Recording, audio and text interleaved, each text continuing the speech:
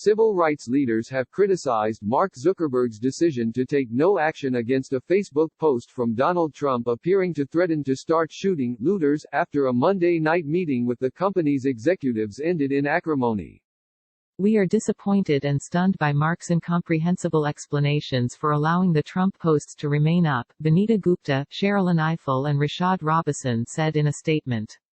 He did not demonstrate understanding of historic or modern-day voter suppression, and he refuses to acknowledge how Facebook is facilitating Trump's call for violence against protesters. Mark is setting a very dangerous precedent for other voices who would say similar harmful things on Facebook. The three activist leaders, the heads of the Leadership Conference on Civil and Human Rights, the NAACP Legal Defense and Educational Fund, and Color of Change, met Zuckerberg, the CEO of Facebook, and its chief operating officer, Sheryl Sandberg, on Monday night. They discussed Trump's Thursday night post, which urged the military to intervene in Minneapolis with the words, "When the looting starts, the shooting starts." The message, originally sent by Trump as a tweet before being cross-posted to Facebook, was restricted on Twitter after the platform decided it broke rules about glorifying violence. On Facebook, Zuckerberg personally intervened to leave the message up, arguing that the company has a policy to allow warnings of the use of force by state actors. Zuckerberg's decision led to a virtual walkout of Facebook staff on Monday, with hundreds of employees downing tools in protest. A number of Facebook employees publicly expressed their dissent on rival social networks such as Twitter, and were quickly supported by senior managers at the company.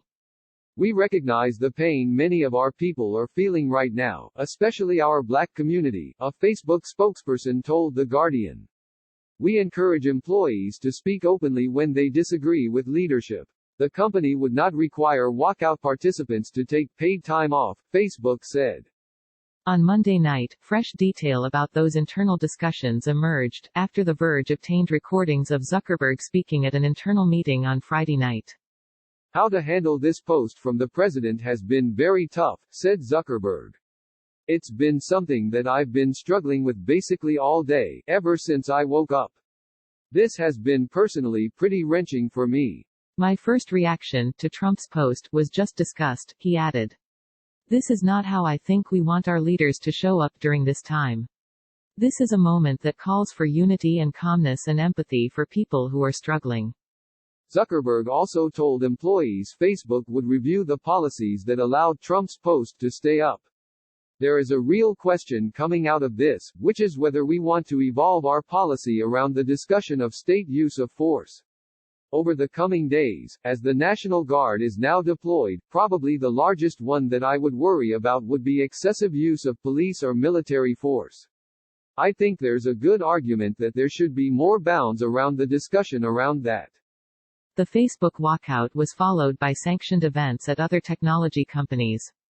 A number of YouTube executives, including the company's chief business officer and its global head of music, told their teams they could take Tuesday off to participate in the protests, according to the information. On Tuesday morning, Spotify followed suit, encouraging employees to join the day of action, by taking time to reflect and educate themselves.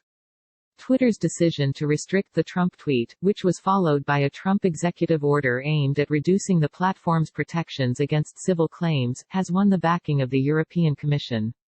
The EU executive branch's vice president, Vera Jourova, said in her response to the dispute that politicians should answer criticism with facts, not with threats and attacks.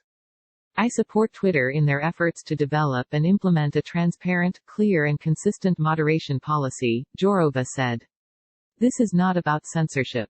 This is about flagging verifiably false or misleading information that may cause public harm, linking to reliable information, or flagging content violating their policies. Additional reporting by Daniel Bofi in Brussels.